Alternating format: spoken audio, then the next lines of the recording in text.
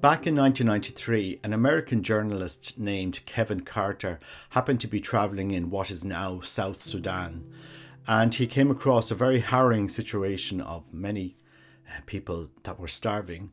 And he took a photo, or framed a photo, that became one of the most impactful photos ever to have been printed in the 1990s. And it was called The Vulture and the Little Girl. Now, it later became known as The Struggling Girl. The thing is, it wasn't a girl, it was a little boy that was there in this photo. As time progressed, as the months progressed after this photo was published, many people started to ask Kevin Carter, okay, well, that's such a harrowing photo. You have a vulture there and you have a little girl. What happened to the girl? What happened to the child? And this question came up time and time again. I suppose if you had expanded out the frame of that photo, you would have seen dozens of other children, not just this little boy in that photo, but others. And he didn't do anything. He took the photo and left the scene and didn't actually do anything to help that little boy in the photo. And people might say, well, that's very hard. And there was a lot of judgment being cast at this photographer because of the actions that he took, because he didn't help that child. And I'm sure it hit his conscience regarding this. The next year he was awarded the Pulitzer Prize for that photo, a prize which gave him $3,000, a prize that would have made him a very famous photographer.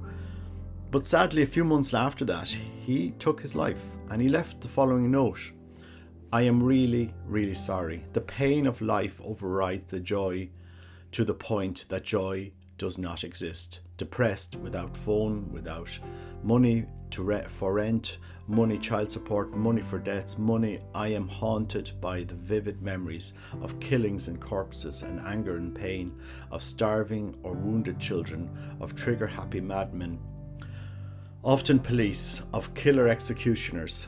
I have gone to join Ken if I am that lucky. Kevin Carter, his suicide note. Sometimes pain can be overwhelming. Sometimes our actions can catch us up. Sometimes what we have done or what has been done to us can traumatize to such an extent that we have no joy in life, that we don't see the light. And this is where the amazing message of Christ comes in, to give us a message of hope. It doesn't matter what you've done or what has been done to you. There is hope for you now, that things can change in your life. You do not live as you lived before, but you live after having encountered me. And I want to give this message of hope to those listening to my videos, because I know these will arrive to some place.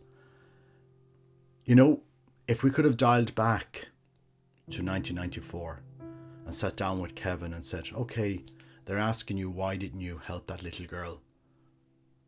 Why don't you help? We're not going to help just one little girl. We're going to help thousands. We're going to transform the lives of thousands of children with a foundation set up in your name based on that photo.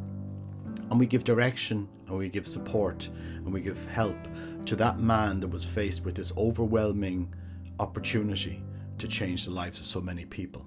And sadly, that support wasn't given to him. But we can today be that support. I was just thinking of so many stories that have gone about Medjugorje, and there was after Bishop Strickland went to Medjugorje, there's been a lot of news stories about Medjugorje. What many people forget, for example, in Medjugorje is it has founded one of the largest charities to feed children, called Mary's Meals, feeding millions of children every day and to help them to go through education. These small things that everybody can do transform this world. We can either live in the negativity of what we've experienced, or transform what is negative into our life for a good. And so today, if you're listening to this video, transform what is negative in your life into a good. If you're stuck in addictions, if you're stuck in depression, if you've no joy in your life, turn that into a good and see what can you do to transform this world. Look at Christ, who is real.